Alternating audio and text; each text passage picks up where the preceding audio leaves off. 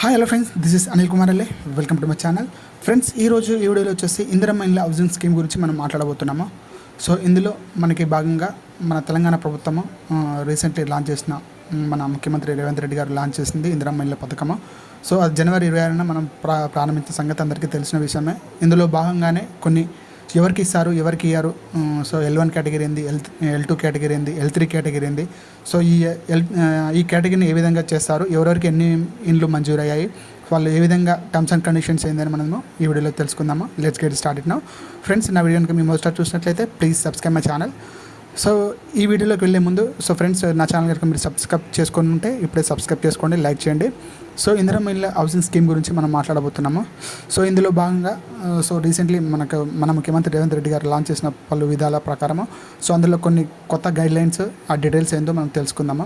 తొలి విడత స్థలం ఉన్న వారికి ప్రాధాన్యత ఇవ్వాలనేసి రాష్ట్ర వ్యాప్తంగా ప్రభుత్వం ఇందిరమ్మ ఇళ్ళ కోసం అర్హులైన కలిగిన వారికి జాబితాలను వాళ్ళు ఎవరైతే ప్రజాపాలనలో కానీ గ్రామ సభల్లో కానీ మీరు దరఖాస్తు స్వీకరించి అప్లికేషన్ చేసుకున్నారో జిల్లాల వారీగా వాళ్ళని అర్హులైన వాళ్ళని జాబితా సిద్ధం చేసింది మన ప్రభుత్వము.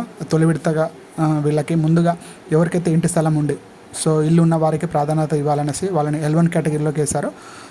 ఇళ్ళ స్థలం ఉండి వాళ్ళు ఇల్లు కట్టుకునే స్తోమత లేని కుటుంబాలని ఫస్ట్ ఆఫ్ ఆల్గా సెలెక్ట్ చేసుకున్నారు. ఇందులో భాగంగానే తొలి విడత ఎవరికైతే ఇల్లు లేదో వాళ్ళకి ఇల్లు శాంక్షన్ చేసి వాళ్ళకి తొలి విడతగా 4.5 లక్షలు, అదేవిధంగా ఇందిరమ్మ ఇల్లు మంజూరు చేయడం అయితే జరిగింది. తొలి విడత ఇప్పటికే రాష్ట్ర వ్యాప్తంగా 72,045 మందికి లబ్ధిదారులకైతే చేకూర్చారు.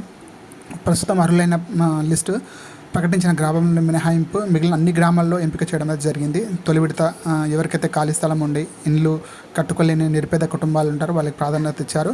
పలు ప్రాంతాల్లో ఇందిరమ్మ ఇండ్ల పథకాన్ని ఎంపికైన లబ్ధిదారులు ఇళ్ల నిర్మాణం కోసం ప్రారంభించడం అయితే జరిగింది. ఇందిరమ్మ ఇళ్ల పథకంలో భాగంగానే ఇల్లు నిర్మించుకున్న లబ్ధిదారులకి 5 లక్షలు ఆర్థిక సహాయం చేయాలనేసి మన ముఖ్యమంత్రి రేవంత్ రెడ్డి గారు అయితే చెప్పారు. ఇంటి నిర్మాణం కోసం ప్రారంభించే ఫౌండేషన్లో ముఖ్యంగా ఫౌండేషన్ కోసం అంటే బునాదేసి వాళ్ళ బేస్మెంట్ వేసిన వాళ్ళకి 1,00,000 రూపాయలు ఇవ్వాలనేసి, పిల్లర్స్ లెవెల్లో కట్టుకున్న వాళ్ళకి 2,25,000 ఇవ్వాలనేసి, స్లాబ్ లెవెల్లో ఎవరైతే వేసుకుంటారో అంటే థర్డ్ కేటగిరీలో స్లాబ్ వేసి వాళ్ళకి ఇల్లు వేసుకుంటారో వాళ్ళకి 1.75 lakhs ఇవ్వాలనేసి, మొత్తం టోటల్గా 1,00,000 రూపాయలు పూర్తయిన వెంటనే 1,00,000 రూపాయలు ఇవ్వాలనేసి, టోటల్గా ఇలా 4.5 లక్షలు 5 లక్షలు ఇవ్వాలనేసి నిరుపేద కుటుంబాలకు ఇవ్వాలనేసి మన ప్రభుత్వం అయితే ఈ స్కీమ్ని లాంచ్ చేసింది.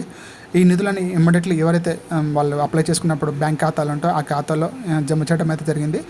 వాళ్ళకి అనుగుణంగా వాళ్ళ ఫోటోలు ఏ విధంగా తీయాలి, కంప్లీట్ ఏ విధంగా చేయాలి, ఆ పథకానికి సంబంధించిన ఎవరైతే మన జిల్లా కలెక్టరేట్ కానీ లేదంటే అధికారులు కానీ ఎవరైతే ఉంటారో ఆ గైడ్లైన్స్ ప్రకారం వాళ్ళు ఇల్లు చెక్ చేసుకొని ఆ నిర్మాణం ప్రాపర్లీ మనకున్న ల్యాండ్ 400 square feet లోపు ఇల్లు ఉన్నదా లేదా, వాళ్ళకి అదేవిధంగా ఒక హాలు, కిచెన్, బెడ్రూమ్, బాత్రూమ్స్ ఇవన్నీ ఉన్నాయా లేదా వాళ్ళు చెక్ చేసుకోవడం అయితే జరిగింది.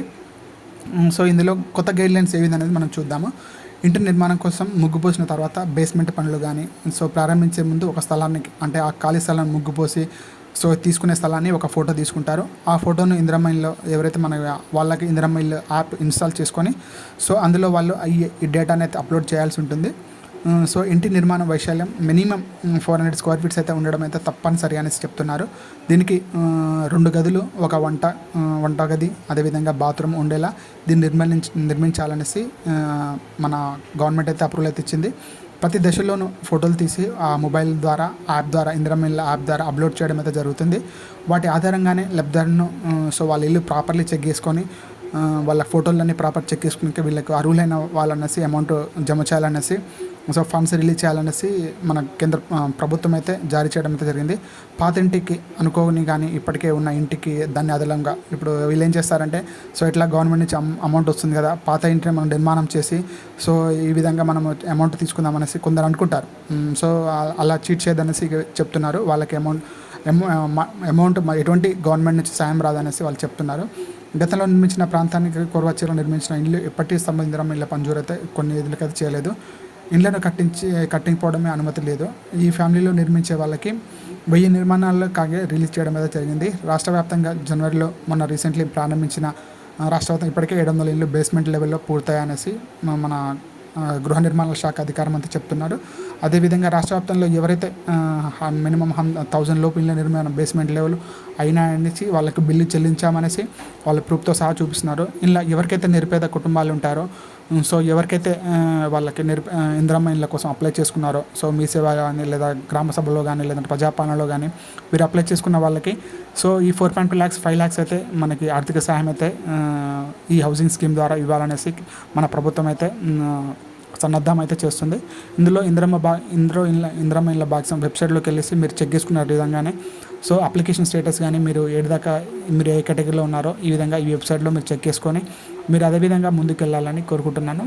ఫ్రెండ్స్, నా వీడియో కనుక మీకు నచ్చినట్లయితే లైక్ చేయండి, షేర్ చేయండి, సబ్స్క్రైబ్ చేసుకోండి. Please subscribe my channel. Thank you so much.